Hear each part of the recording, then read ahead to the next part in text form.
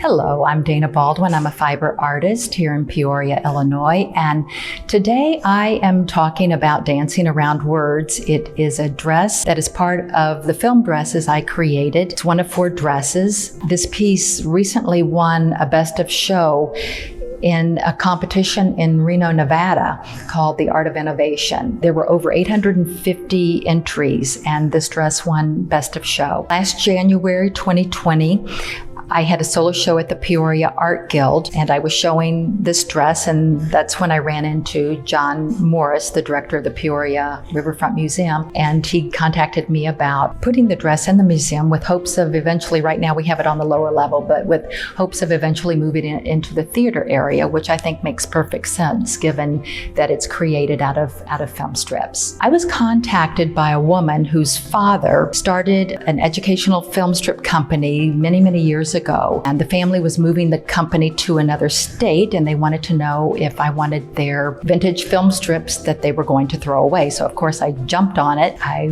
went down to the company. I gathered up hundreds and hundreds of the film strips, and I took the film strips back to my studio, the Sheared Edge, and I just started playing with them. I wanted to see how they behaved and what they wanted to do.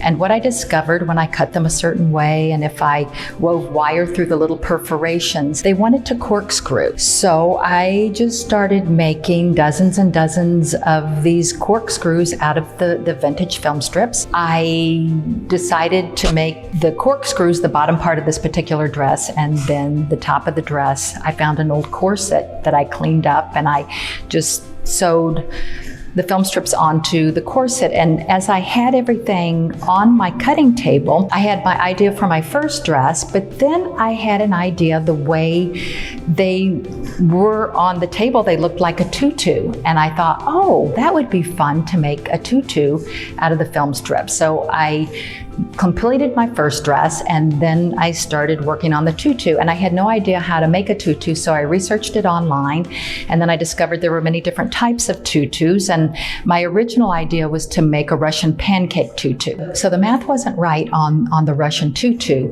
and my numbers just weren't working out. And then I remembered pi, 3.14, and that was the magic number. I plugged that in and everything worked perfectly. When I was bringing the tutu, adjusting it up to pi, I came up with this silhouette.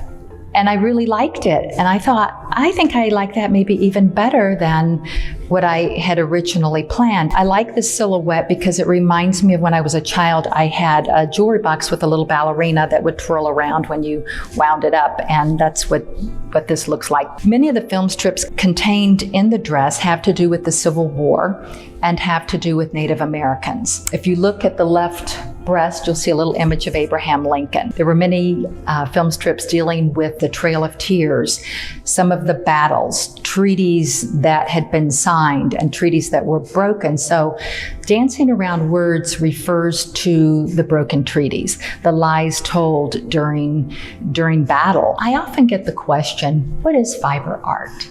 What does it mean to do fiber art? And that's a really good question, because obviously I've used film strips here, and you might look at that and think, well, that's not really fiber like a wool or silk. The film strips obviously are very long.